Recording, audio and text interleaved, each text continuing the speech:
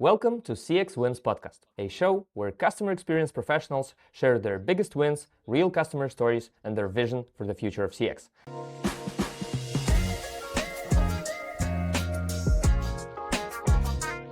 Let's welcome our today's guest, Neal Travis.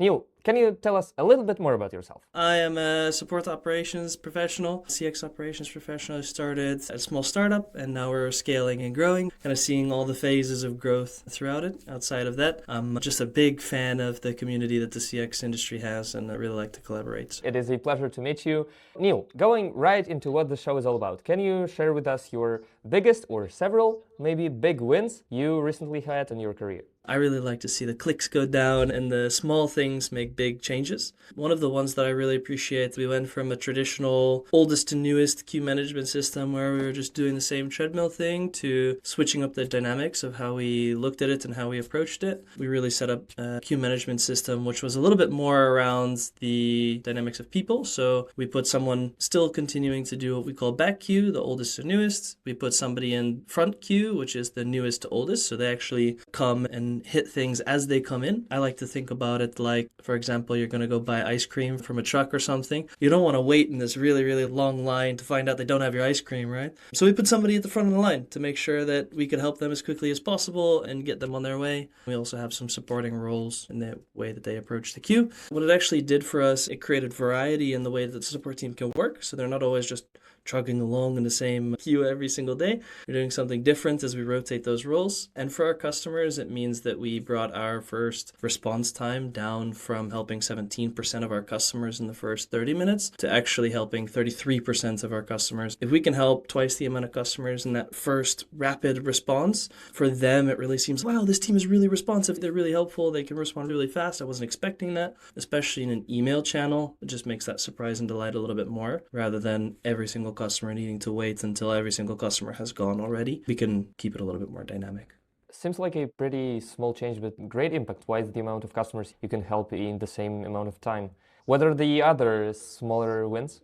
Small things, for example, one of the exercises that I love to do is look at our tickets in terms of handle time. Even though it's a nuanced metric, there's always a change around it, especially in non-voice channels. We took this and cross-referenced it against our entire volume. We look at what is core work that the team does. We look at the busy work that they do. And it gives us a really cool map of all the things that we see. Even these tiny processes that just take a minute each. But if you have an exuberant amount of them, it really adds up. So we created a bit of this map of our landscape and we took that one out and it saved a huge amount of time, meaning that the team could actually spend more time on that core work. We keep this map alive and we keep tracking it as things move across it and we can actually improve it. Another one of the things that we did, which I think is really small incremental things that I just love to make happen. It's things people don't think about. Like, for example, we were using the out-of-the-box contact form a long time ago and basically it just says, how can we help you? So it's really just a simple, hey, send your email. And people would send us messages that were like the subject line was the ticket and then not much context at all. We changed the text. Instead of just body, it says now, hey, description, please leave as much context or detail that can help us help you as best as possible.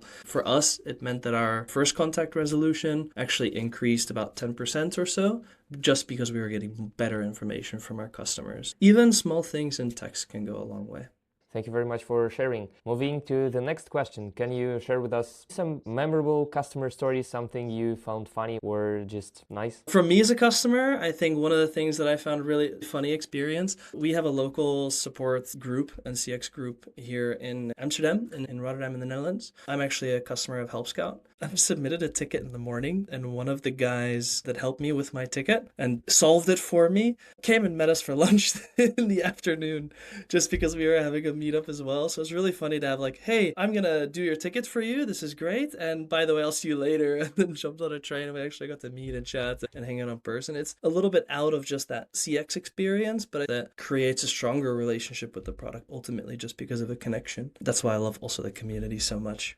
Great, thank you very much. And the final question for today, what do you think the future of customer experience looks like? In the past few years, it's really been transforming and coming quite in the spotlight, especially as one of the early adopter industries of a lot of the new technologies that are out. If you look towards industries like engineering or industries like ours, they're a bit forerunners for all of the AI transformations and technology improvements that we have. I think it's a really exciting time for CX to be in. And what does that next level look like as we see a second wave of AI adoption coming? We can create good CX experiences. We can do even better with AI. What does that mean for us as business partners internally with the organization? As we get a stronger stance within organizations, it becomes more and more important that we leverage technologies to be effective, but also value drivers and better business partners.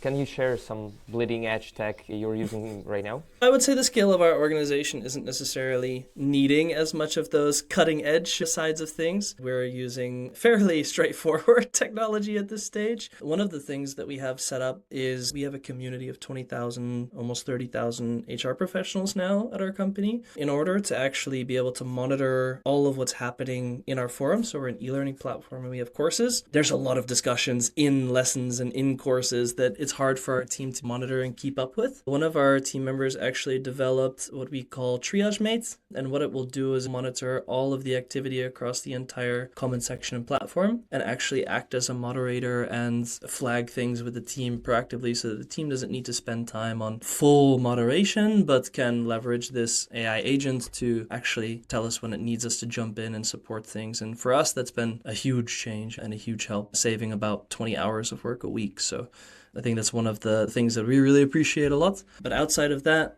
we're transforming just like everybody else in that sense. But I'm talking more towards the CX industry as a whole, being front runners for that. Thank you. Great example. Thank you so much for the episode. It was very insightful and lovely. Thank you all for watching and listening, and I'll see you in the next episode.